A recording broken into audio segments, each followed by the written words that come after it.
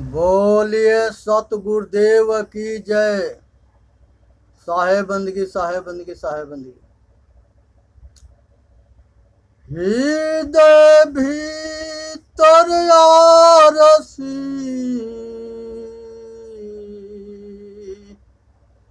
मुख देखा नहीं जाय। मुख तो बही देखियो, जब दिल के दुविधा जाय। हृदय भीतर आरसी, मुख देखा नहीं जाय। मुख तो वही देखियो, जब दिल के दुविधा जाय। जागृत रूपी जीव है शब्द सुहागा सेत। जर्द बून जल कुही, कहीं कबीर कोई देख। गांव ऊंचे पहाड़ पर और मोटा के बाएं, कबीर यस ठाकुर से ये उबरिए जाके छा। जेहि मार्ग गए पंडिता, तेहि गई वही। ऊंची घाटी राम के, तेहि चढ़ रहे कबीर। ओ कबीर ते उतरी रहू, तेरा संभल परोहन साथ। संभल घटे न पग थके, जीव बिराने हाथ। हे भाई, संसार के जो है सारे खेल जो है ये जीव को जानने के है। इसलिए जो है संसार के सब कुछ इसी के जानने के लिए है। आज जो है ये शरीर के अचेतन आत्मा के बीच में 5 पर्दा है, और वो पांचों पर्दा योगी लोग जानते हैं। ये सभी नहीं जानते।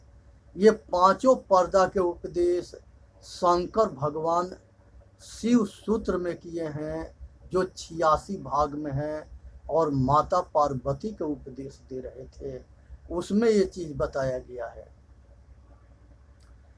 एक अन्नमय कोश होता है, अन्नमय कोश, प्राणमय कोश, मनोमय कोश, विज्ञानमय कोश और आनंदमय कोश।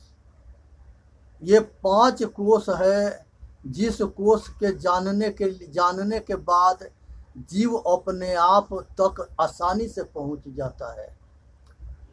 ये संसार के जो है ये शरीर है, और ये शरीर जो है तबे जो है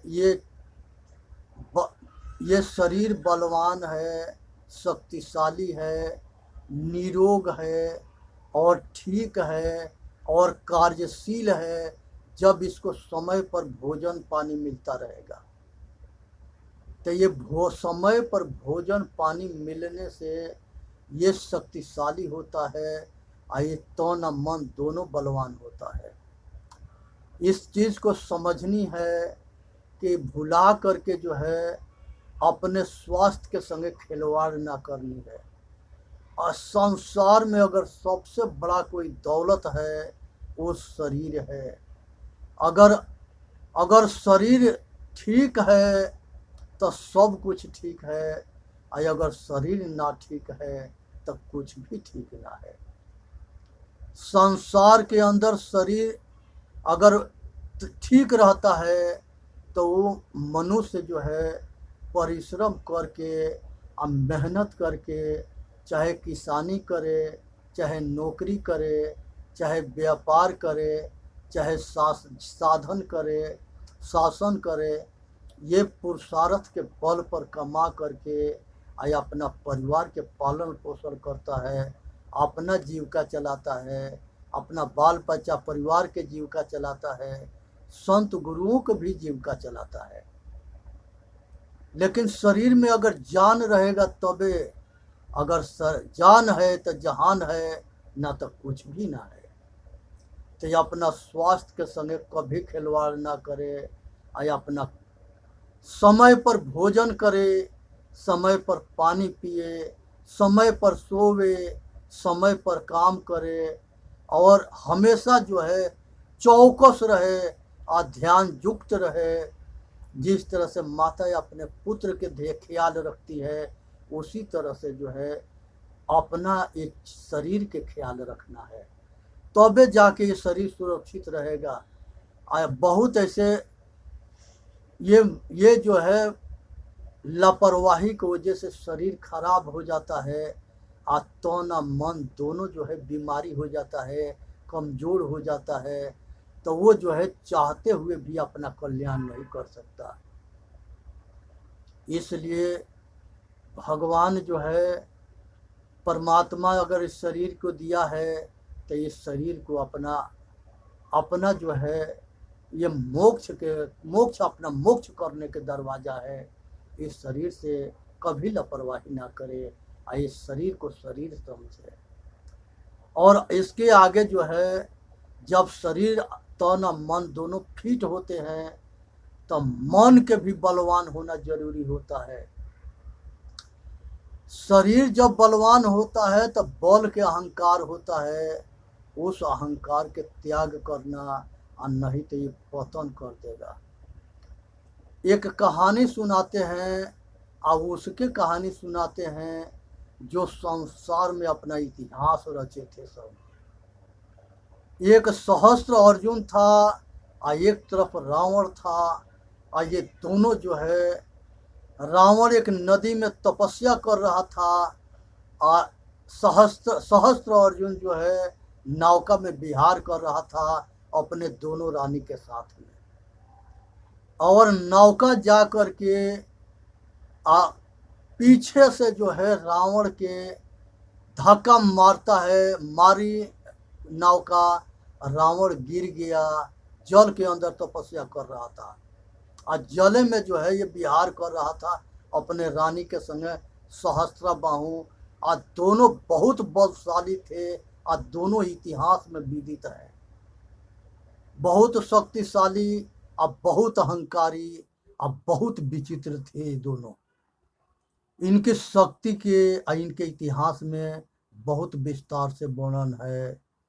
अब जो है धक्का मारने के बाद दोनों आपस में लड़े, अब बहुत संघर्ष लड़ाई, बहुत विचित्र, बहुत संघर्ष, कड़ी संघर्ष लड़ाई हुई। उस लड़ाई में जो है सहस्त्रबाहु के सेना था, वो रावण के बंदी बना लिया। बंदी बनाने के बाद विवश होकर के रावण के कारागार में ले जा करके डाल दिया।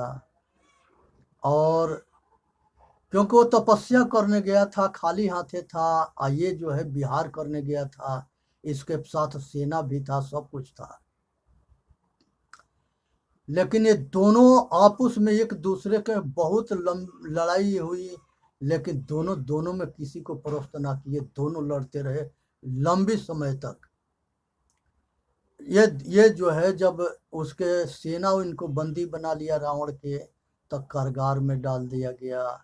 और कारागार में जब डाला गया तो शंकर भगवान के शिष्य रावण था। उसी समय परशुराम भी शंकर भगवान के लगे पढ़ रहे थे, और धनुष विद्या के माने शंकर भगवान कहे कि उनको जो है विद्या में इतना धनी बना दिए थे कि कहे कि तुम्हारे जैसे आज के डेट में कोई धनुषधारी नहीं है। एक फरसा दिए, और कहे कि आज के बाद तुम्हारा नाम परशुराम होता है। और परशुराम कहे कि हमसे गुरु दक्षिणा प्रभु ले लो, बोलो हम गुरु दक्षिणा का दे। शंकर भगवान कहे कि एक हमारा शिष्य है, वो सहस्त्रबाहु के बंदी है, उसे छुड़ा दो। शंकर भगवान के पैर में सिर पटक के और परशुराम नमस्कार किए, और गुरु दक्षिणा के काम में आशीर्वाद लेके चल पड़े। सहस्त्रबाहु घोर अत्याचारी था, वो इतना बड़ा अत्याचारी था जिसके हद नहीं है, और उसने जो है तबाह कर दिया था। अब बहुत विचित्र जो है लोग, जनता के जो है दुखी कर दिया था, संत महात्मा ऋषि मुनि के जो है दुखी कर दिया था। और उसके बाद से जो है परशुराम जी जो है जाते हैं, अपना चतुराई या बुद्धि से रावण तक ले पहुँचते हैं, और वो बंदीगिरी से उसको छुड़ा देते हैं। और जो बीच में जो उसके सेना आते हैं सारे को मार डालते हैं। फिर उसके बाद अपने घर पर आते हैं।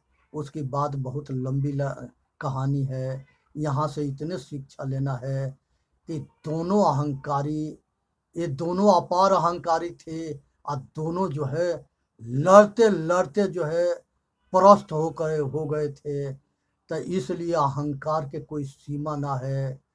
ये लड़ाई के जो है बुनियाद है। बिना अहंकार के कोई किसी से लड़ता नहीं है। इसलिए अहंकार से बचनी है।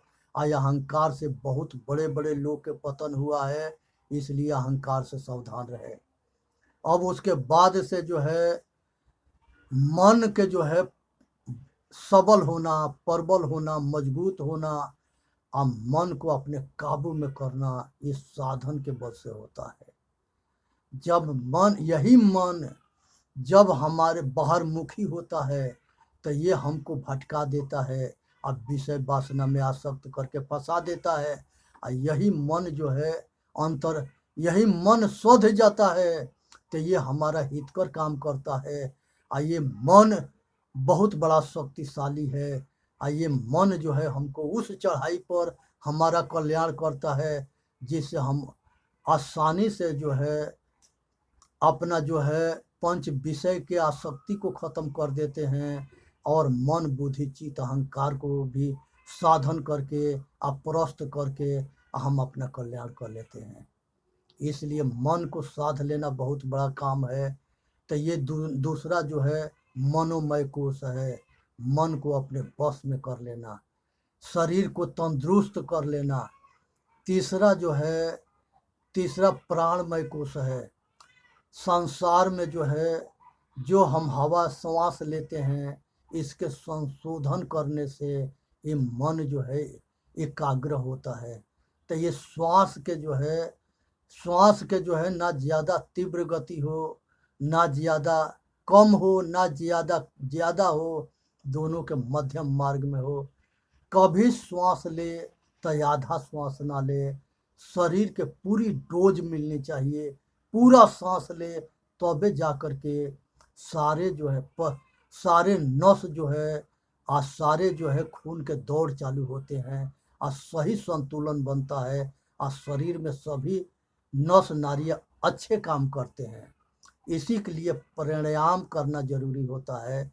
आप प्रत्याहार ये है कि जो भोजन करते हैं वो भोजन शुद्ध होना चाहिए, शाकाहारी होना चाहिए। तो खान पान भी ठीक होना चाहिए, विचार ठीक होना चाहिए, कर्म ठीक होना चाहिए। ये अपना जो है सब कुछ सात्विक बुद्धि, सात्विक सतगुणी होना चाहिए, दैवी गुण होना चाहिए।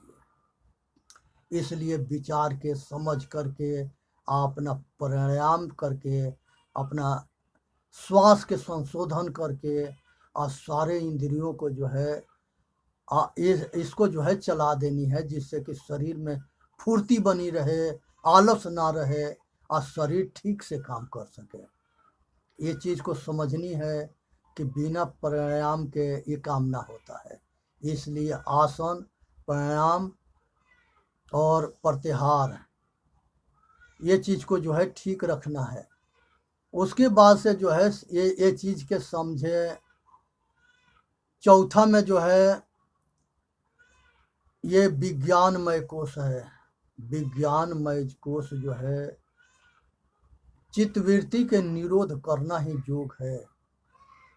चित्तवृत्ति के निरोध करना योग है। जिस तरह से मन को हम अपने काबू में किए और वो हमारे सहायक हो गया, उसी तरह से हमारे चित्तवृत्ति जो चलता है, वृत्तियाँ है, ये वृत्ति अगर शांत हो जाए तो हमारा तब जाके काम बनता है। इसलिए मनोवृत्ति और चित्तवृत्ति ये दोनों वृत्तियों के शांत करना पड़ता है। इसीलिए साधन करना पड़ता है, इसीलिए ध्यान करना पड़ता है। इसको रात में एकांत में 3 बजे के बाद 4-5 उस समय में जो है ब्रह्म मुहूर्त होता है। उसी समय अपना मन भी दिखाई देता है, वृत्तियाँ दिखाई देती है। उसको अपने काबू में करने की कोशिश करें।